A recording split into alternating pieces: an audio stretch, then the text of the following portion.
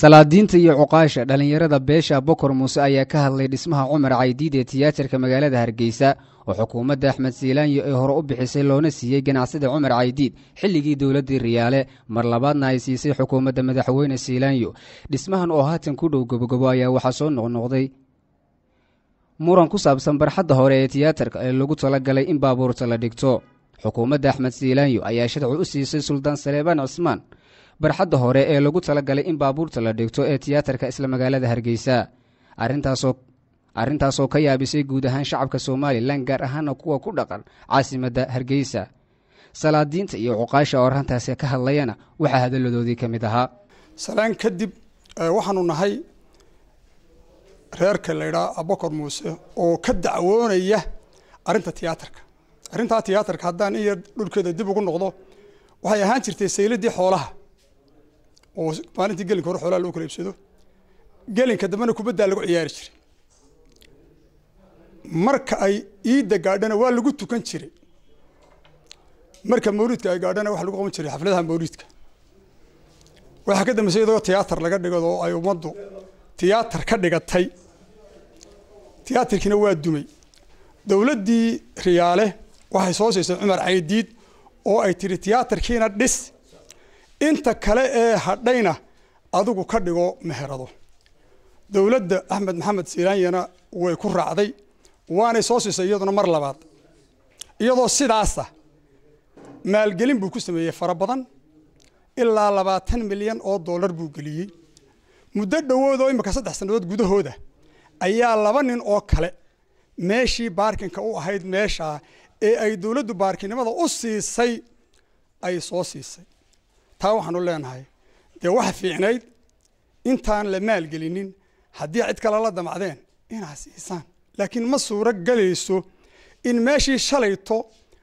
baarkinka u bixiseen meeshaa 3,000 qof gelayaan ee ah tiyaatarkii iyo meeshaa 128 dukaan ka furan yihiin halkii la isu taagi lahaa in maanta cid kale la siiyo way annagu waxaan u aragnaa dee isku dhufashaan u aragnaa ma aha dhul meesha la dhulkuna ma aha dhul labada wada qaadi kara. waa dhul kooban oo sawirkiisa soo duwi doono oo aanu isagoo sawir idin tusi doono. sidaa awgeed waxaanu leenahay isma qabtaan labadaas. laba isqabta ma aha. dawladdu hoos u eegto dacwadayduna waa garnaqsi gartana waxaanu u dhibanaynaa Soomaaliland dadweynaheeda oonu leenahay ka garnaqa idinku. taa halkaasaan kaga baxaya. nimanka la soo siiyay waa niman salaadiin oo habar yoonisa waxaan leenahay waa mahadsantiin. cod xun idin kama hayno ag xunna idin kama hayno laakiin ka dheeraad baan idinka doonayaa inta in ka badan baan idinka doonaynaa oo ahina naga qabataan suldaanada oo walaalayaal dee waa la isu keen dilayaaye ilaan dalkii Soomaaliland dantiisii guud dad badan baa la siiyay laakiin halkii annaga nala siiyay ama reerkan seen u dhan hayleena siiyay inaynu inagu isku qabsano la iska dur saaraa dee walaalayaal meesha ma leega idinkana waxaan leenahay xumaan idin kama haynee laakiin inta in ka badan baan idinka doonaynaa oo inaa naga qabataan sulaadiinta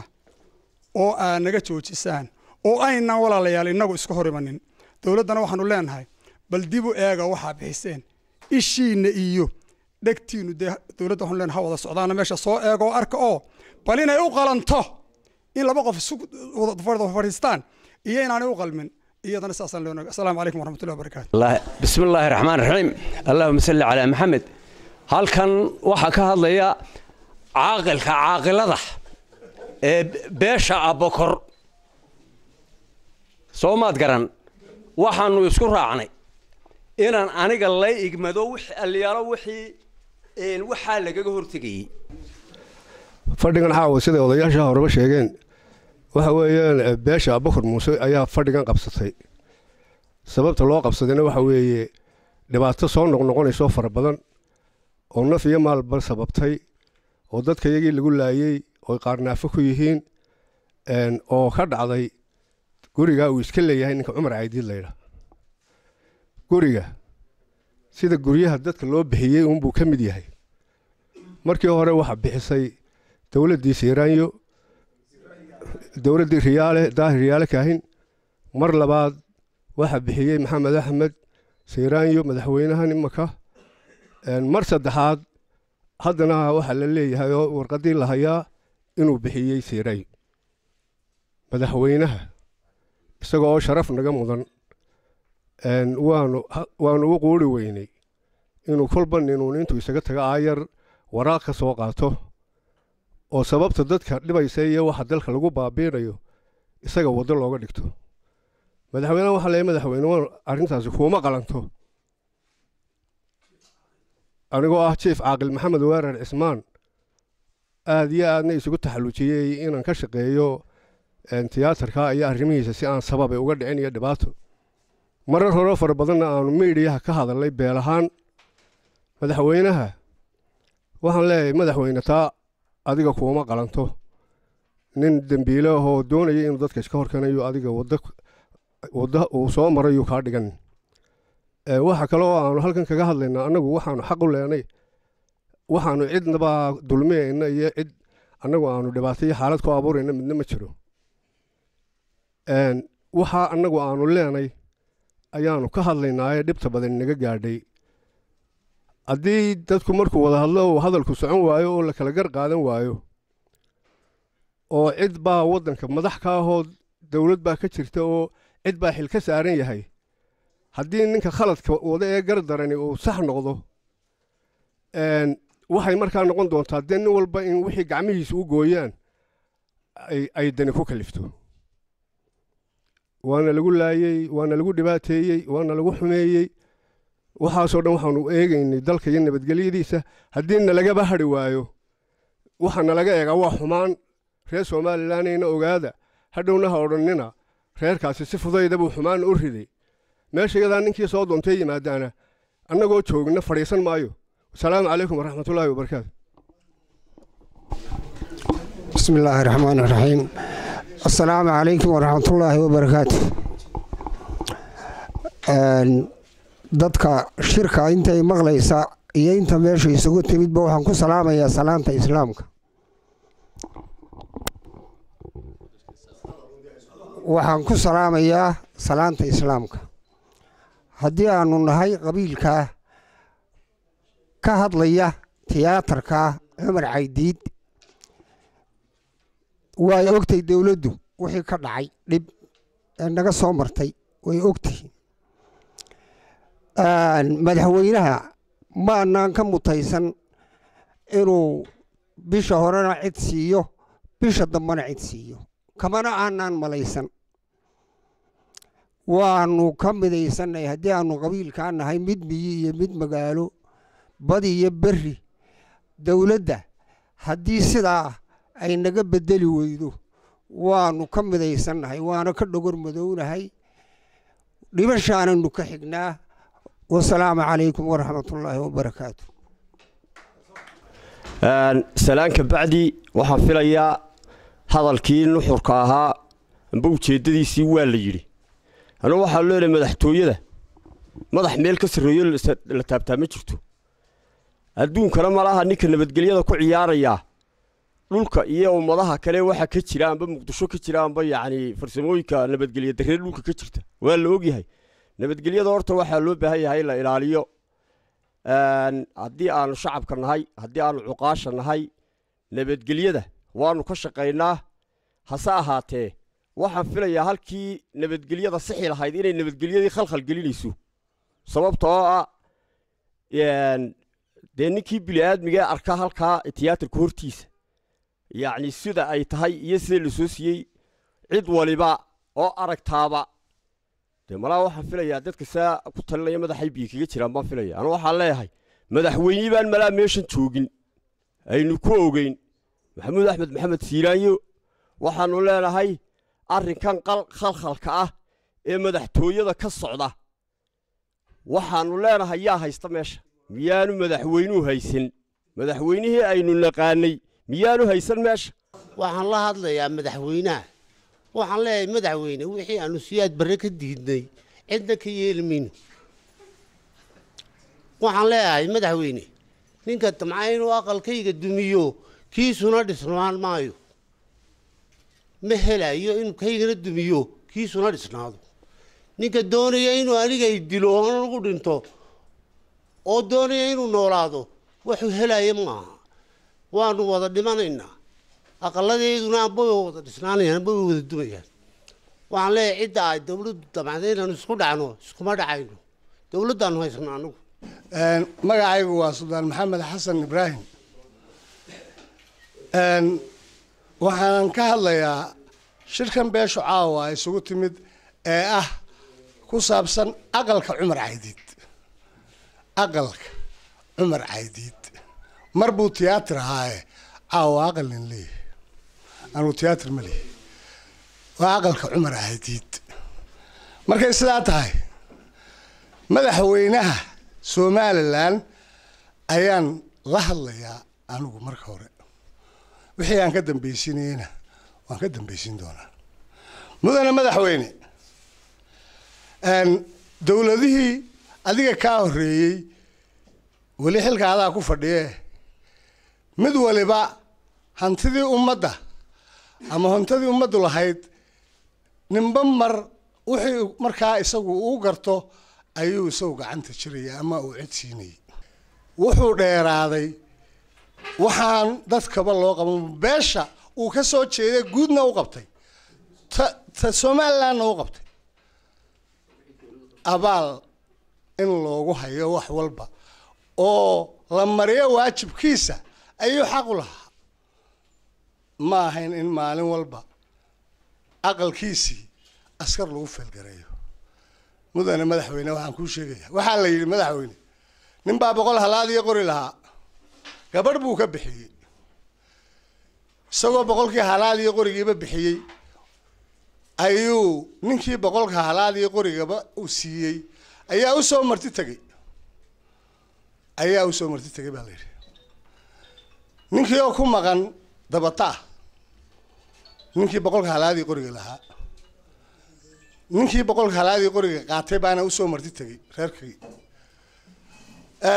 gabadhii baa ka tagtay u 100ka halaad iyo qoriga ka bixiyey baa u tagtay reer ku xigay waxay ku tiri war odaygii waa naga maqan yahay dabnadii buu ku maqan yahay war waxaadna yeeshaa jeeni sakaarana si amaahi wuxuu ku yidhi inaan ku amaahinayo mise weligayba inaan ku rabay anigu adiga inaan ku amaahinayo ha joogto weligayba waan ku doonayay laakiin waxay ku tiri ha inoo dambaysee horta bal jeenigaysi odaygii waa meeshay fadhiyaan iskaga kiciya jeenigii markay odaygii u karisay waa aabbaha ee jeenigii cunay ayuu kii jeeniga laga soo amaahday iyo ninkeedii waxba soo waayay iyo aabbaheedoo jeenigii cunaa meesha wada fadhiya saddex isku kulmeen gabadhii baa hadashay waxay tii 3 maalin laa weeyaan caawa waxaa ka dhigan 100 halaad iyo qori ilaa adduun lama sheegi jirin berigii hore 100 halaad iyo qori reerkii lahaa aan wada la lahayn kaliya ayuu bixiyo geliya meesha kama dhacdo oo 100 halaad iyo qori baa adduunka berigii hore ku cuslaa 100 halaad iyo qorigiisiba ninka dhiibay jeeni sakaaro nin bixiyey ilama haynu nagaga qaadi 100 halaad iyo qorigiisiba ninka bixiyey in jeeni sakaaro uu nagaga qaadi meel ama uu nagaga dhacsan wax ilamaha madaxweyne jeeni sakaaro kama duwana ka cumar caydiid caawa ku haysta tiyaatarka in jeeni sakaaro bixiyey waxaan leeyahay mudane madaxweyne waxaa tahay nin dee madaxweyne ahaa nin wax walba ka soo shaqeeyey cilmigana aada u yaqaana weliba dhaqaalahaan ama deesana ha noqoto mujaahidna ah kuwa kale mujaahidnimadaaba dheereed adug labadii hore kaa horreeyey waxaabana ku naaloon jirro odhan jiray wala haddii siraayayna qabsado toggaa durduri dahab togga ayaa dahab noqon doona maysan nagu noqon annaga horta nagumay noqonba madaxweyne labadii bishii labaad 2011 ayaa cumar caydiid la siiyey halka aqalkiisa ku yaallay iyo ereyada tiyaatarku lahaa waaye adduun ka galay wallaahi caawa qalin buu hadii loo qaado ma adiga aad xagga xisaabaadka ugu wanaagsanaa sidaan warkaaga ku hayay adun baaba soo saari kara laamaa markaad dul marto anigu maba garanayo haddaba waxaa iga wareerisay mudane madaxweyne 2011 15 bishii 12aad 27keedii Cumar Caydiidow dhulkaa waxaan siiyey nimanka Jeeni Sakaarada madaxweyne waxaan ku leeyahay odaybaad caawa idinkaama weyne Soomaaliland waxaan islahaa geeskan Afrika hadii la isku daro ninkii uu talin lahaa way tiyaatar anigu umaleeyo hal raale haga noqoto guriga Cumar Caydiid baan leeyahay waa guriga Cumar Caydiid waa hanti Cumar Caydiid leeyahay ma aha magacun baa ku soo baxay ninka hantidiisi halka ay gashay ayaan haddana siiyey jeexa cid kale warka la siiyowna waxba lagu ma siin madaxweyne haddaad aad u qaldantayna ka noqo waxaan leeyahay madaxweyne anagoo waliba ku mahadnaqayna beesha aan suldaanka wahayn u hadlaya caawa ee hor taaganahay markaasi midna gelaya ma aha marka aan u soo dega hadalkayga waxa weeyaan arrintan aqalka Cumar Caydiid albaabkiisa gaadhiga loo dhigayay dadku ka soo gelayay waa la bixiyay waxaanu qaadan karayna maaha waxaanu leenahay xukuumadda maanta ka jirta Soomaaliland iyo madaxweynuhu dee halkaa inaanay ka caafimaad qabin baanu u aragnaa waxa la yiri nin baa lagu yiri sodohda waxa la yiraahdaa qonjor dabadeedna wadaadii ayuu yimid wuxuu yiri hooyo anigu kuma quuro qonjor adiguna ha qaadan qonjor waxaanu leenahay xukuumadda madaxweyne Siiraanyo uu ka madaxweyne yahay arrintaa waanu idin qaadi weyne annaguna qaadan kari mayno waanu iska aragnay go'aanku wuxuu nagaga dhan ina meel kala siisaan assalaamu calaykum waraxmatullaahi wabarakaatuh magacaygu waa Maxamed Xasan odayaashii hore hadlay way mahadsan yihiin marka laga hadlo arrintaas guriga Cumar Caydiid aanu ka hadlayno marka hore og madaxweynaha og arrimaha gudaha og hay'adaha nabadgelyada og cid ay qusayso og Soomaaliland oo dhan beelaha Soomaaliland waxaanu leenahay haddaanu nahay beesha Bakar Muuse ee Cumar Caydiid ka soo jeedo hantidiisa guriga uu geliyay maaliyadda aragtay waxaanu ku xignaa dhimasho bismillaahi raxmaani raxiim allahumma salli ala muhammad bisanka iyo saliga barakadiisa ilaahay ugu gargaar madaxweynaha salaanta islaamka assalaamu calaykum waan kugu salaamayaa madaxweyne salaanta kadib waxaanu ka hadlaynaa hadalku waxa la yiri biyuhu halka godanun bay isugu tagaan meelay soo maraanba waxaanu ka hadlaynaa qastiga iyagu iyo aqalka Cumar Caydiid deegaanimo iyo xuquuq dhulka haddii laga eego anigu odaygaa reer miyiga hadlayaane halkaa uu yahay geel baan ku fadhiisiyey anigoon been sheegayn beentu waa xaaraan anigoo qurxale ka soo waraabiyaan geela halkaa fadhiisiyoonu ku maalayn magaaladu in yar bay ahayd nimanka qaadwala ah oo magaalada ku raagay xaafadaha bari naga xiga markay ku caraabayeen geeliyoo laydhka jiilaashinka ka soo jeestay waxay idhaahdaan warlambahalku waa muqayil sidii uu u fadhiyey haddii xuquuq la eegayo halkii oo ninka laga iibiyey dowladuhu ay dhiseen ay ka iibiyeen waa laga qaadayaa way nala noqon weyde waxa weeye kolka baarlamanka la dooranayo laba nin baa isku qabta baarlamanka oo raystama nimanka magaalada labadaba qaar baa ka qayila labadaba qaar baa ka qayila waxaannu leenay madaxweyne labada warqadoodeed labada nin siisay sidee bay u suurtowday sidee bay nin weyn iyo madaxweyne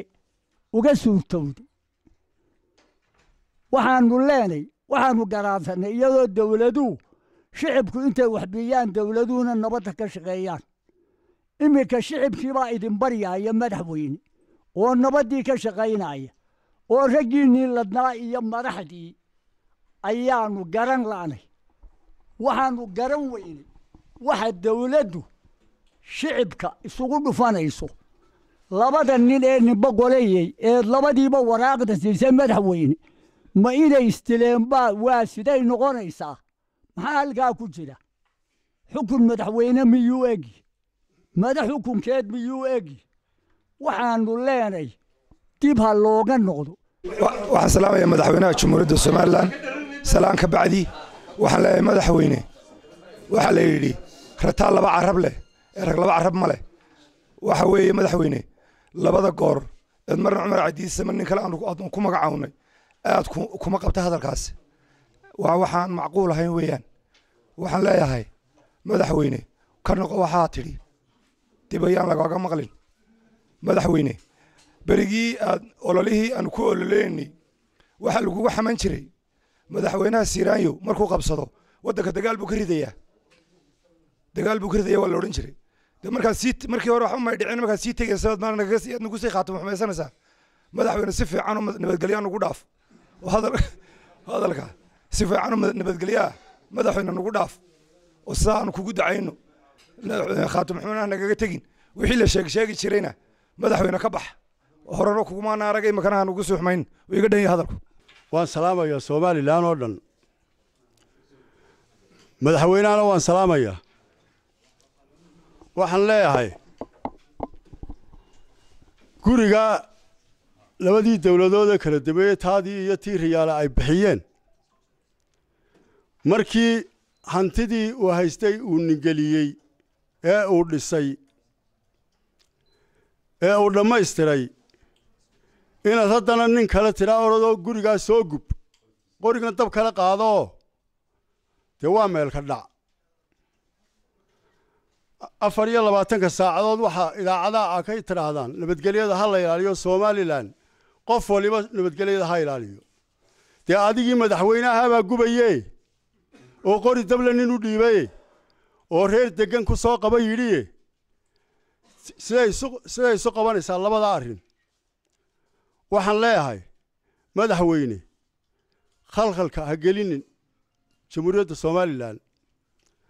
adiguna nin weyn baa tahay oo madaxa wax kuu qalma maaha waxaan ku leeyahay arrinkaa dib uga noqo xal kale keen nabadgelyada haynaga burburinin sidaasaan anigu leeyahay assalaamu calaykum waraxmatullaahi wabarakaatu madaxweyne ninka aad la damacday guriga qayb inaad siiso iyo kan guriga intaa leeg dalka u soo kordhiyey dhaqaalaha intaa leeg u soo kordhiyey miyay meel ka wada geli karaan bayjka ama bayjajka taariikhiga ee somalilan meel ma ka wada geli karaan ninka kaa soo kordhiyey iyo ninka qaylaada kulaag fadhiya iyo muranku meel kama wada geli karaan taariikhda somalilan madaxweyne waxqabadka dalka waad jeceshahay waa inaad eegtaa madaxweyne waxqabadii soo kordhiyey dalka kumaa soo kordhiyey madaxweyne hadal khalliyaha qaadan waxaanu ku leenahay madaxweyne dib isugu noqo adigiyo wasiiradaada dib ha isugu noqdaan arrinkan isaga ah waxa weeye si muglo oo miisaanle u eeg haddaanu beesha nahay oo aanu dhallinyarada beesha nahay waxay naga taagan tahay arrinkaa isaga ah inaan u kala hadhayn qaab kasta oo guriga iyagaasi uu ku toosayo oo aanu ku hantaynana inaanu samaynayno waxaan halkan fariin uga soo gudbinayaa anigoo ah gudoomiyaha dhalinyarta beelweynta Ceelgale ahna gudoomiyaha dhalinyarta beesha Abubakar Muuse madaxweyne waxaan ku leenahay wadankan maamulkiisa iyo mas'uuliyadiisu adiga ay ku saaran tahay waxa jirta dhammaan xukuumadii hore dhismayaal ama hanti ay dawladleeday ay bixiyeen arin uu madaxweyne bixiyana oo soo noqnoqday kan cumar caydiid mooyaane mid kale lama arag waxaa jira dhismayaal badan oo maanta waddanka qurxiyey sida dahabshiil cumar caydiid indhadeero waxaasoo dhan xukuumadda bixisay maanta fooqan weyn ee dahabshiil baarkin ummad population degan ayaad u samaysay baarkin ummad ay degan tahay oo maatiya ayaad uga rartay oo xoog lagaga raray oo askar lagaga raray waa maxay sababta aad u leedahay cumar caydiid dhismihiisa quruxdaa soo kordhiyey baarkin waa nin sankiisii aad leedahay ayaan deganay oon goynayaa waa ayaan dara madaxweyne in dad muraadale in ay guddi aad u saarto waxaan leeyahay madaxweyne arrinkaa guddida aad u saartay aad tiri arrinkaa ka soo warbixiya iyagoo oon goobna tegin meelna tegin ayay kugula soo noqdeen ujeeddo ay leeyihiin waxaan leeyahay reerkaa ama beesha aan walaalahanahay ee habaryoonis wax ceeba oo inoo soo